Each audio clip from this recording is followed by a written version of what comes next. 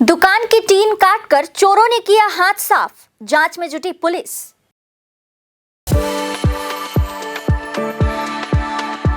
We are the dreamers, the achievers, and the leaders. Come, join us today. Rajganj के भुटकी बाजार में mobile की दुकान की टीन काटकर दुस्साहसिक चोरी की घटना से इलाके में सनसनी फैल गई है। बताया गया है कि दुकान के मालिक कृष्ण दास अन्य दिनों की तरह गुरुवार रात को दुकान बंद कर घर चले गए थे। आज सुबह जब वो दुकान खोलने आए तो देखा कि सारा सामान बिखरा पड़ा है। इसके बाद चोरी की घटना के बारे में पता चला। दुकान से रिपेयरिंग के लिए आए ग्राहकों के कई मोबाइल फोन, एक प्रिंटर, चार्जर, डेटा केबल चोरी हो गए। दुकान मालिक कृष्ण दास ने बताया कि करीब 40 से 45 हजार रुपये का सामान चोरी हो गया है। मामले की सूचना राजगंज थाने की पुलिस को दी गई है। তো সকালবেলা আমি রেগুলার যেরকম প্রতিদিনের মতো আজকে আসছিলাম দোকান খোলার জন্য, তো দেখি ওই সাইড থেকে আমার টিনগুলো উঠানো আছে। তো আমি দেখলাম, তারপরে ভিতরে ঢুকে দেখি কাস্টমারের যেগুলো মোবাইল টোবাইল দেওয়া ছিল রিপেয়ারিংয়ের জন্য সেগুলো নেই, ডেটা কেবল, চার্জার ফার্জার, আরও অ্যাক্সেসরিজ ছিল, একটা প্রিন্টার ছিল সেটা নেই, ক্যাশে টাকা ছিল কিছু, সব কিছুই নেই। জুতাও দোকান নিচ্ছে, জুতার ওখান থেকে জুতাও নিয়ে চলে গেছে। তো তারপরে তো আমি আসলো সবাই, তারপরে আমি থানাতেও ফোন করলাম। 40-45 হাজার টাকার মতো হবে। চোর ওই সাইড থেকে উপরে টিন আছে, ওই টিন কেটে ভিতরে ঢুকেছে। পুলিশ এসেছিল, পুলিশ বললো যে আমরা দেখছি ব্যাপারটা, কমপ্লেন নিয়ে গেল। দোকানটা আমার 1.5 বছরের মতো হলো খুলেছে। হ্যাঁ, এই প্রথম চুরি হলো।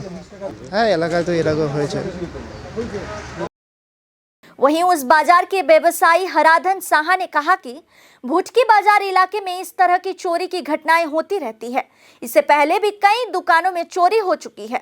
उन्होंने इस इलाके में रात के समय पुलिस गश्त की मांग की है। पुलिस पूरी घटना की जांच में जुट गई है। আমি একটা টিনের আওয়াজ পাই দোকানটাতেই।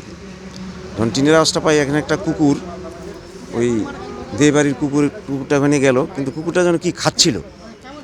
আমি প্রায় 15 মিনিট আমার এই বারান্দার মধ্যে দাঁড়াইছিলাম।